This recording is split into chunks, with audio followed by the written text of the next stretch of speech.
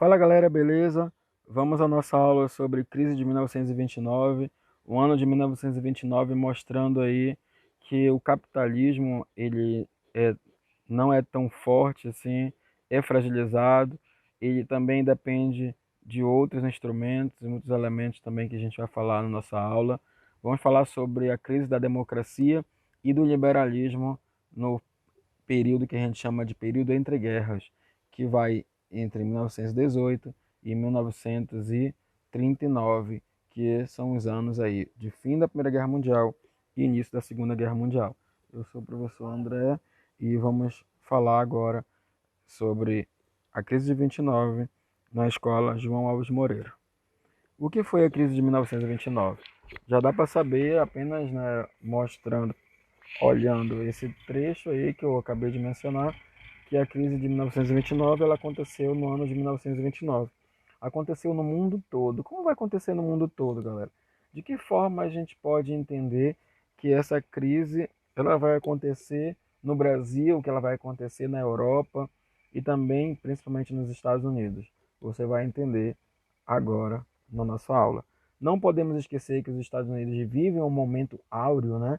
Um momento de grande esplendor, um momento de prosperidade na década de 1920, logo depois da Primeira Guerra Mundial. Os Estados Unidos saiu vitorioso nessa Primeira Guerra Mundial. Os Estados Unidos conseguiu enriquecer economicamente e politicamente se fortaleceu, justamente porque em 1917 entrou decisivamente nessa guerra. E nós comentamos isso no nosso primeiro bimestre.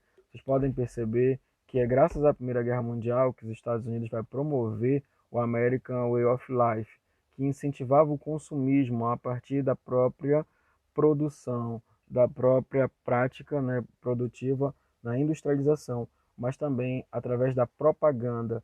Chegam aqui no Brasil, inclusive, chega no mundo todo os produtos que são industrializados pelos próprios Estados Unidos. E essa euforia aí do consumo vai gerar um crescimento econômico exorbitante. E isso vai valorizar também as empresas que viam as suas ações crescerem cada vez mais na bolsa de valores.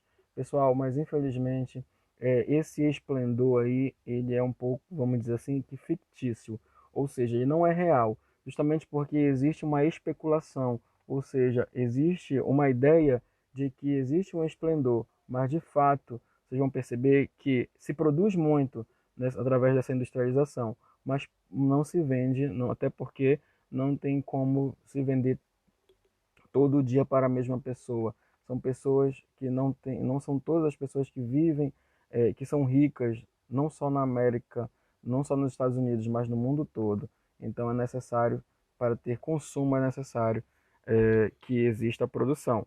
Mas é claro que deve haver uma produção é, em larga escala, mas também deve haver um consumo. E esse consumo ele não existe de fato por todas as pessoas no mundo. Então, o que acontece na a crise mundial de 1929? Ela tem como antecedentes a guerra, a Primeira Guerra Mundial, justamente porque os Estados Unidos vai se fortalecer a partir daí. Os Estados Unidos vai produzir em larga escala, 40% da produção industrial mundial é dos Estados Unidos, e vai existir um alto volume de exportações porque a Europa ela está passando por um processo de reconstrução. Ela foi destruída durante a Primeira Guerra Mundial, porque os conflitos eles podem ter acontecido no mundo todo, mas eles de fato aconteceram fisicamente foi nos países europeus. Então, quem era potência antes da Primeira Guerra Mundial? Os europeus. Mas os europeus estão se reconstruindo e assim os Estados Unidos vão se favorecer a partir disso, né? A partir da quebra das potências europeias. A agricultura mecanizada, vocês sabem, vocês devem ter aprendido isso em geografia, com a agricultura ela vai desenvolver técnicas e também maquinários que vão ser produzidos a partir desse processo de industrialização, de crescimento dos Estados Unidos. E quem é que vai vender esses maquinários? Quem é que vai introduzir uma mecanização na agricultura, por exemplo? vai ser, vai ser os maquinários norte-americanos e estadunidenses. E o maior credor internacional, ou seja, que empresta dinheiro, principalmente para a Europa, que a Europa está quebrada depois da Primeira Guerra Mundial, é os Estados Unidos, e com certeza ela se beneficia disso. Pessoal, não esqueçam de nada disso que eu estou falando. Tudo isso é muito importante para a gente entender essa crise americana de 1929, que vai afetar o mundo todo. É uma crise de superprodução. Existem muitos produtos que são comercializados, mas muito mais é produzido, né, através da industrialização do que consumido. Existe um esplendor, né, um momento, né, de prosperidade nos Estados Unidos, mas infelizmente, né, isso não é tão real assim. Por quê? Porque é necessário, para que a Bolsa de Valores ela tenha um bom desempenho, é necessário que as pessoas continuem a consumir. E é claro que não é todo dia que alguém compra um carro, não é todo dia que alguém compra um eletrodoméstico. Produtos estes, inclusive, que vão ser importantíssimos, né? Porque são consumidos em grande escala. Mas é claro que vai ter uma hora que não tem. Todo mundo já tem esses produtos aí. Infelizmente, isso é um problema no liberalismo, né? O liberalismo, ele é um pensamento, é uma linha, né, econômica que ela pensa ela acaba atribuindo, entre várias características, a ideia de uma livre concorrência, que existe a possibilidade de existir muitas empresas, e quanto mais empresas produzirem o mesmo produto, é melhor para quem? Para o consumidor. Por quê? Porque os preços baixam, né? Aquela ideia de lei de oferta e procura, com certeza vocês já devem ter estudado anteriormente. Olha só, pessoal, existe uma especulação na bolsa, né? O valor das ações é superior ao lucro que existe de verdade nas empresas, né? Então, por isso que eu falei para vocês no início da aula, essa ideia aí de que os Estados Unidos está crescendo, é claro, ela é perceptível, mas ela não é real. Ela não acontece de fato, porque as pessoas, as indústrias vão produzem muito, mas não é sempre que tem pessoas para consumir. Então, o que vai acontecer? A bolsa vai quebrar. Quando a Bolsa de Valores de Nova York ela quebrar, em outubro de 1929, o que vai acontecer? Pessoas vão ficar desempregadas. Pessoas vão passar fome, pessoal. Vai existir uma crise muito grande, não só nos Estados Unidos, mas no mundo todo. E com a diminuição do consumo, que é provocado pela saturação dos mercados internos, todo mundo já tem, né? Dentro dos Estados Unidos, todo mundo tem os melhores produtos. Diminuição das exportações devido à recuperação econômica da Europa. Ou seja, os países que foram destruídos na Primeira Guerra Mundial já começam a se desenvolver novamente, já começam a produzir. E aí, claro, que os produtos que são industrializados lá na Europa, eles vão começar a ser comercializados no mundo todo. Isso é liberalismo. Não falei agora há pouco? A ideia de que existe um livre consumo e também existe uma livre produção por empresas que são autossuficientes, que também vão produzir, né, e vão competir no mercado. Existe uma maior oferta, né, de produtos do que procura. Existe uma acumulação nos estoques das empresas. Isso vai acabar gerando crise de superprodução, como eu falei, ou seja, uma produção alta, consumo baixo. E isso vai fazer com que exista uma crise da bolsa, a quebra da bolsa de Nova York, a queda do preço das ações, né? Crash é o mesmo que quebra da bolsa de Wall Street, que é a bolsa, o nome da bolsa de Nova York.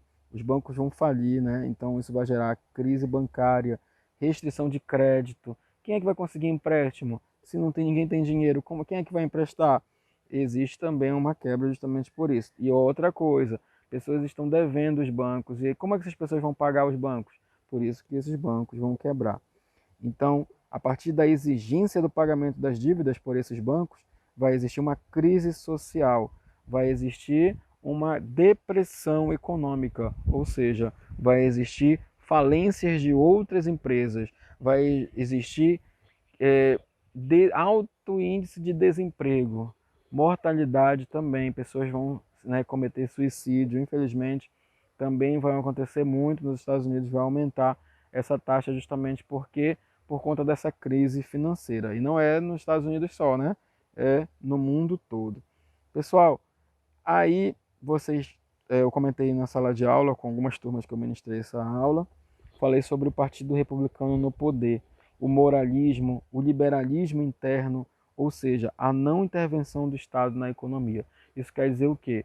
Pessoal, o liberalismo ele está, nesse momento, em 1929, em alta. Essa ideia de livre comércio, essa ideia de um livre consumo, de que qualquer empresa ela pode ser criada, ela pode começar a vender. As indústrias também, as fábricas, elas estão a todo vapor, literalmente, produzindo nesse processo de industrialização, mas aí existe a ideia do liberalismo que o Estado ele não vai intervir, ou seja, vamos apenas utilizar como exemplo, o governo ele não vai atuar, ele não vai ter o controle sobre essas empresas.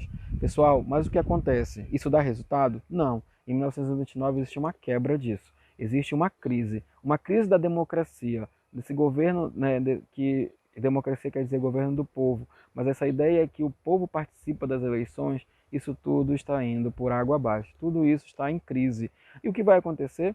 Outros grupos, como nazistas e fascistas, que defendem a ideia do Estado, ele está presente na economia, do Estado ter o controle da economia, vão acabar surgindo e vão começar a crescer na Europa. Essa ideia de um Estado forte, que controla a economia, vai acabar sendo defendida por pessoas que dizem, mas se não deu certo nos Estados Unidos e no mundo todo o liberalismo, vamos defender o nazismo, o autoritarismo, vamos defender o militarismo, que são características do fascismo e do nazismo.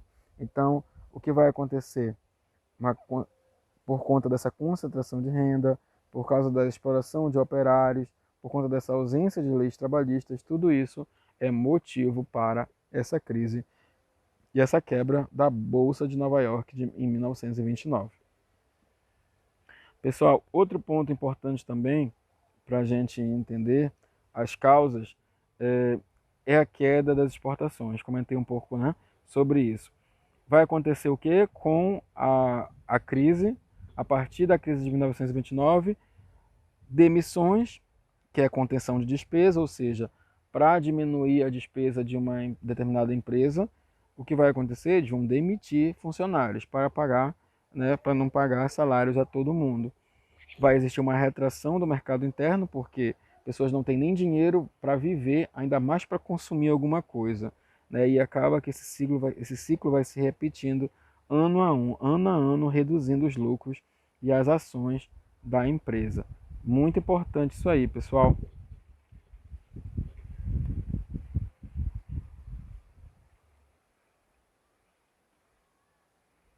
Vamos lá, vamos seguindo. Pessoal, em 24 de outubro de 1929, que é chamada de Quinta-feira Negra, a Bolsa de Nova York quebra. Né? Mais de 10 mil pessoas permaneceram em pânico em frente à Bolsa. Coloquei aí esse anúncio de jornal para vocês perceberem, né, que isso é uma fonte histórica, vocês perceberem como milhares de ações disponibilizadas sem compradores, vai existir uma desvalorização total das ações, e isto é chamada de quebra da Bolsa de Nova York. E qual é a consequência disso? Desemprego em massa, falei agora há pouco, falências generalizadas, várias empresas vão quebrar nesse período, aí mais de 30 mil empresas e 4 mil bancos, como você pode observar aí nessa fonte, né? E eu tenho uma imagem de uma pessoa nos Estados Unidos, né? Pobre, desempregada, as mulheres também vão sofrer nessa retração aí. Crise das democracias parlamentares, isso vai fazer com que alguns pensamentos nazistas e um pensamento também fascista ele acaba crescendo, principalmente na Itália com o fascismo e na Alemanha o nazismo.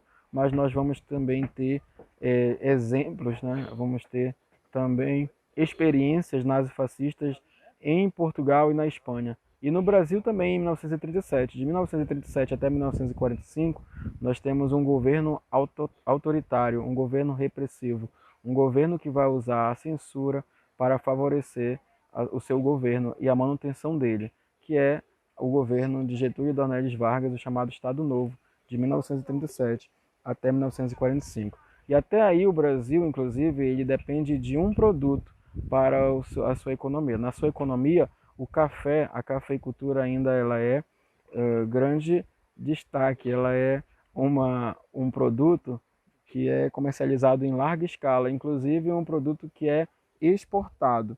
Então, no Brasil vai existir a crise do café, e aí, inclusive, dos países no mundo, o único que vai sentir menos essa crise é a União das Repúblicas Soviéticas, porque ela ainda estabelece um isolamento internacional de planos e o plano quinquenal também. Ou seja, está isolada desse processo aí burguês, desse processo industrial que o mundo todo, né, experimenta, que tem como exemplo, como grande favorecido, os Estados Unidos, que é grande potência aí a partir da Primeira Guerra Mundial. Pessoal, e como é que vai se recuperar os Estados Unidos? Muitos planos vão ser montados, né? Inclusive vão ser organizados alguns planos a partir da eleição de Franklin Delano Roosevelt, que é do Partido Democrata, para que a democracia não seja quebrada. Os Estados Unidos vai dizer o quê? Os Estados Unidos ele vai promover a ideia de uma recuperação justamente porque ele não pode abrir margem para o pensamento nazifascista se estabelecer no mundo todo. Porque quem é que vai ter prejuízo? O próprio Estados Unidos. Então, a partir do New Deal, né, que é inspirado nas teorias do Keynes, os Estados Unidos vai promover a intervenção do Estado na economia. Vejam só, o que eu quero dizer é o seguinte: a democracia ela não vai acabar, mas o que eu quero dizer é que o liberalismo ele vai sofrer alterações porque o Estado ele vai acabar de alguma forma, ele acaba criando algumas ações para que de alguma forma ele não perca o poder hegemônico no mundo todo. E os Estados Unidos, para isso, acaba cometendo uma contradição muito forte, que é a intervenção do Estado. Então, vai haver aí o abandono do liberalismo, né? É o chamado neocapitalismo de Keynes. E o que é que o New Deal pretendia? Ajustar os salários agrícolas e industriais, como tem aí no texto, né? Instituir o seguro-desemprego também. Não existem leis trabalhistas, né? O que é interessante a gente perceber, tanto no mundo todo quanto no Brasil, não existe essa ideia de que o governo ele é bonzinho, não. Que ele vai instituir seguro-desemprego, que ele vai instituir leis de 13º, férias remuneradas. Não, nós temos que perceber e entender que isso tudo faz parte também de um processo de beneficiamento desses grupos elitistas, né? Eles fazem isso justamente para tentar continuar como elite, eles não perderem espaço para uma outra ideologia, uma outra linha de pensamento, que é o nazifascista. Então, essa ideia aí de controlar também, fazer com que o Estado tenha o controle sobre esses processos industriais, também faz com que ele tenha essas ações. Eles criam uma possibilidade de ter um controle sobre a economia. Não está dando certo? Ele não vai se aliar ao inimigo, mas ele vai criar algumas estruturas que são muito parecidas às ideologias nazifascistas. Infelizmente para os Estados Unidos, ele teve que fazer com que exista uma intervenção do Estado, né? Os Estados Unidos não queriam isso, mas ele, para acabar se defender e para que o mundo todo não acabe não deixando de ser área de influência dos Estados Unidos, ele vai ter que cometer algumas ações que são parecidas com a nazifascista. Claro que não com todas as suas características. Aí o que vai acontecer? Empréstimos agrícolas para os endividados do campo, destruição de excedentes agrícolas. Aqui no Brasil aconteceu, né? A queima aí do café. Por que queimaram o café aqui no Brasil? Tinha muito café e pouca gente para comprar. Aí aconteceu, queimaram para que tivesse pouco café e o café se tornasse valorizado novamente. Isso aí aconteceu, pessoal, parece brincadeira, né? Mas isso aconteceu no Brasil. Queimaram o café para aumentar o preço dele. Porque tudo que é raro é caro, né, pessoal? Vocês sabem. O ouro só é caro porque ele é muito raro, é muito difícil de encontrar.